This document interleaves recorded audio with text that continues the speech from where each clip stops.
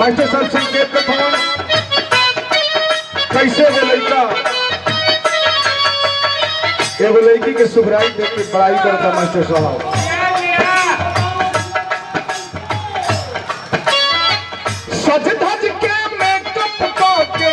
सुघरी लागलू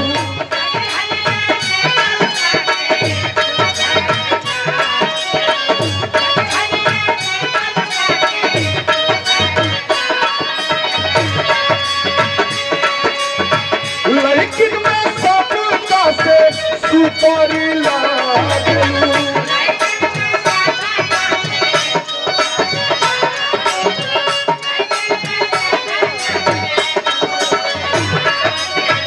सज धज के मेकअप के सुघरी लागलू लेकिन मैं सबका से सुपर लागलू गोरी मारी के गोरी मारी के अच्छी नजरिया हो तू हासिल कर।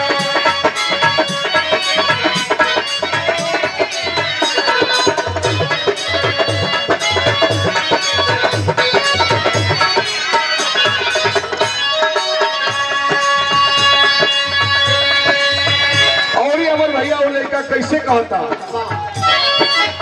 उड़े जैसे तितली उड़ेलू निकला दे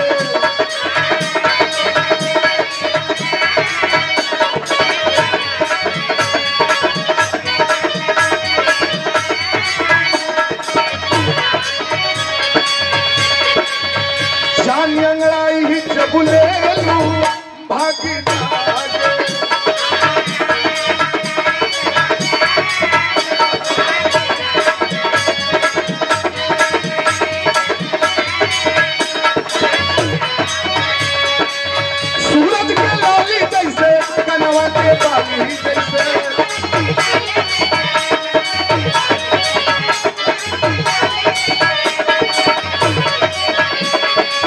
लचके कमार तोहर फुलवा के डाली जैसे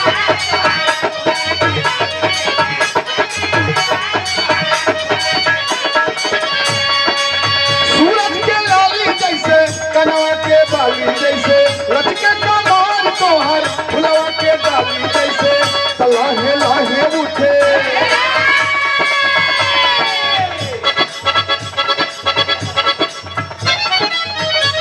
जवाहर फिल्म आप राधेश्याम भैया आपकी ओर से चूंकि बिरहा में नई हमारी शुरुआत हुआ ये लिए बहुत कम लोगों के पहचानते हैं कुछ लोगों की जरूर पहचानते हैं और कभी भी आपके तरफ से बहुत बहुत रुपयों का आशीर्वाद। सुरेश कवि जी आपके चरणों में कोट काम। सूरज के लाली जैसे कनवा के बाली जैसे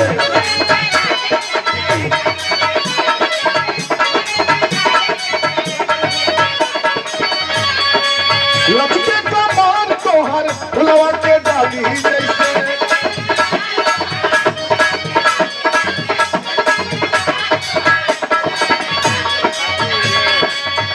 लाहे लाहे उठे लाहे लाहे उठे दिल में लहरिया हो तू हासिल कर।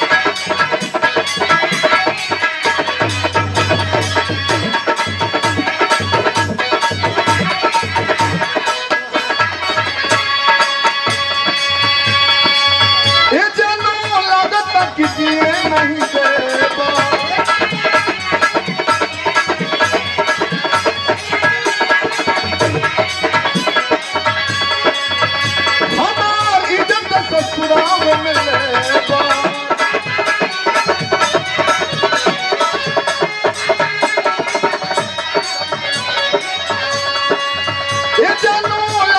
किसी नहीं देबा